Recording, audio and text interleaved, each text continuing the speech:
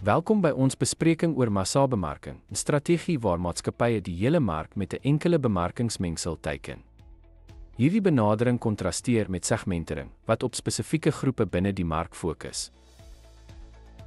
Massabemarkingsdoelwitte op die hele mark deur 'n uniforme bemarkingsmengsel te gebruik en alle potensiële kliënte dieselfde te behandel.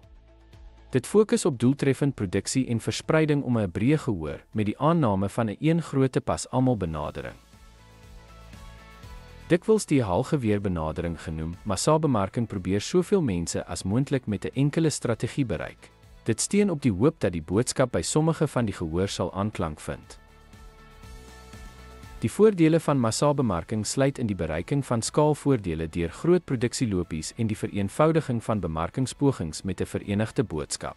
Dit mag egter nie die spesifieke behoeftes van verskillende kliëntsegmente effektief aanspreek nie. Ten slotte, massabemarking is geskik vir produkte met 'n breë aantrekkingskrag en maatskappye wat produksiedoeltreffendheid soek. Dit kan egter geleenthede misloop om produkte of boodskappe op nismarkte aan te pas. Dankie dat jy by ons verkenning van massabemarking aangesluit het.